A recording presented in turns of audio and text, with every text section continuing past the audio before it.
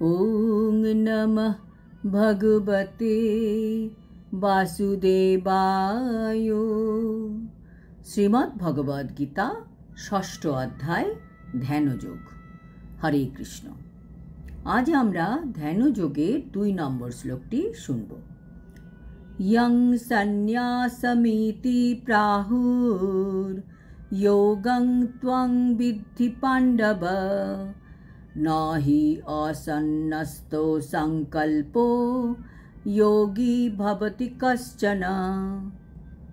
অনুবাদ: হে পাণ্ডব, যাকে সন্ন্যাস বলা হয় তাকেই যোগ বলা যায়, কারণ ইন্দ্রিয় সুখভোগের বাসনা ত্যাগ না করলে কখনোই যোগী হওয়া যায় না।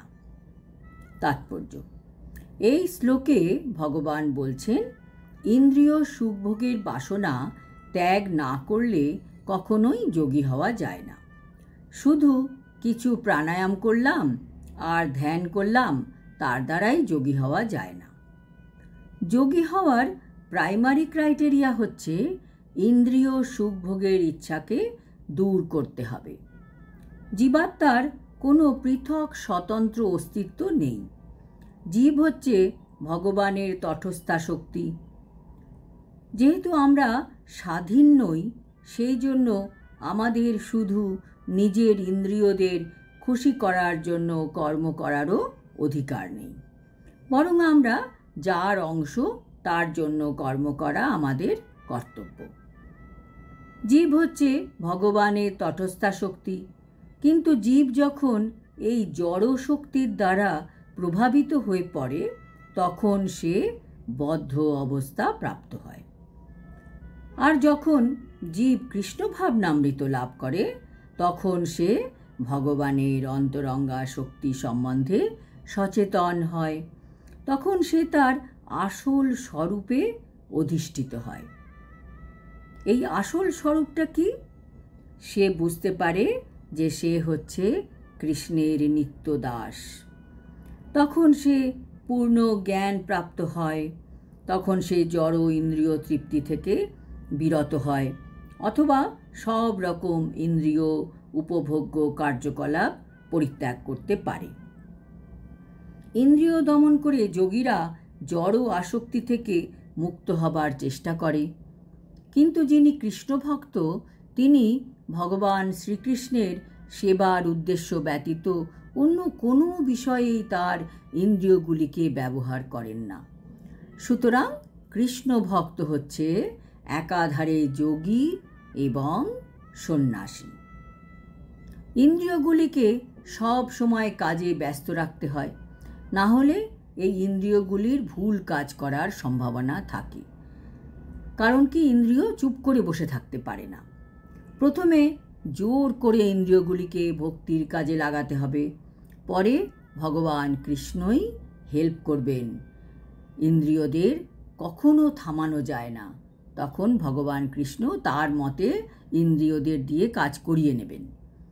জ্ঞানযোগ, কর্মযোগ, ধ্যানযোগ, ভক্তিযোগ, এদের বলা হয় আধ্যাত্মিক সিঁড়ি। নিষ্কাম কর্মযোগ হচ্ছে সিঁড়ির প্রথম ধাপ। মানে, আমি কর্তা নই, আমি কর্মফল ভোগ করি না, আমি কর্ম করব শুধু ভগবানের জন্য। এইটা হচ্ছে প্রথম ধাপ। এই নিষ্কাম কর্ম করতে করতে তার সাথে আত্মসংযম যুক্ত হয়। তখন সেটা হয় জ্ঞানযোগ। এই আত্মজ্ঞান সহ সে তখন ভগবানের সেবা করে।